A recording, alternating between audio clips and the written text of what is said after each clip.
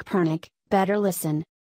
After the NFL owners saw how the ratings tanked and decided to devise an official national anthem policy, although the issue appeared to be dying down, mainly because it was the offseason.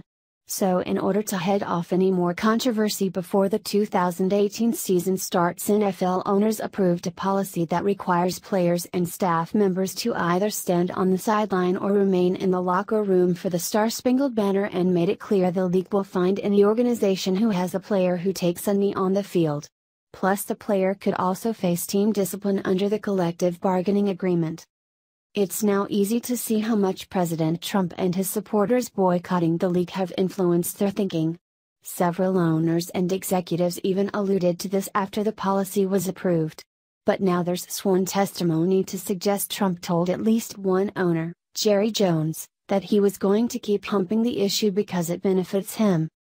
Yesterday, Andrew Beaton, who is a left-leaning Wall Street Journal writer, provided sworn testimony giving about a conversation Jones and President Trump had during a deposition for the collusion case involving former San Francisco 49ers quarterback Colin Kaepernick. According to Beaton, Jones said he was told by President Trump, "This is a very winning, strong issue for me. Tell everybody, you can't win this one. This one lifts me." Although the Cowboys owner did add that the league couldn't piss off a large percentage of your constituency and downplayed the overall impact of Trump's comments about the situation. This is just another shot at trying to paint Trump as a bully. We have been seeing this ever since he started beating candidates out of the presidential race. It's not right. President Trump did the right thing for America and everything she stands for.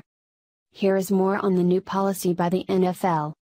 Goodell said he plans to talk to the NFL directly about the anthem policy changes the league has adopted. "Anything I have to say to the union, I'll say to them directly," Goodell said during a news conference. "I do that all the time. So I'd be more than happy to do that, but I will do that to them directly. But there have been incredible engagement with the players. We've talked to tens if not hundreds of players about this over the last year or so to get their input, to understand their position and, again, to respect them as I think we've stated here." Vice President Mike Pence reacted to the news Wednesday on Twitter, writing, "#winning." Speaking to NFL Network's Steve Wyche, York said he sent a text message to Richard Sherman, an active NFL leader, while the policy was being discussed by team owners, to let him know what he thought the outcome would be. York added that the 49ers also might halt concession sales at Levi's Stadium during the playing of the national anthem, saying that he didn't think the team should profit during that time.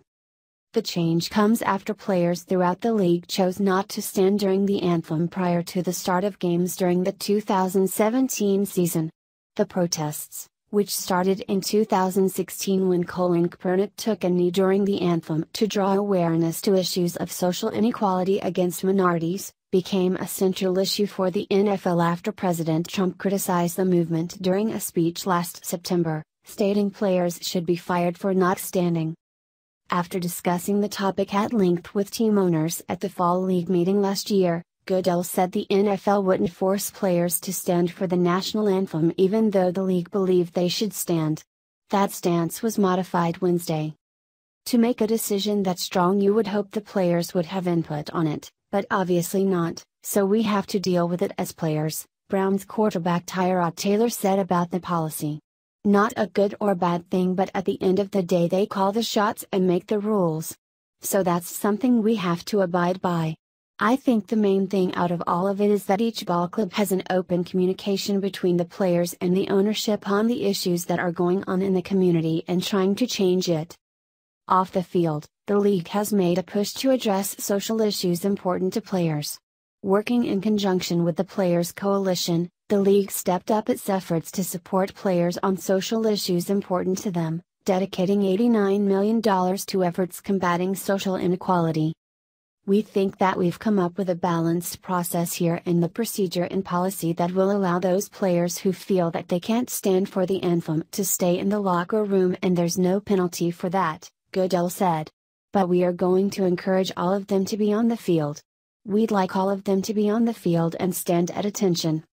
What should the NFL teams and players do about this? They probably lost money last year because of the protest.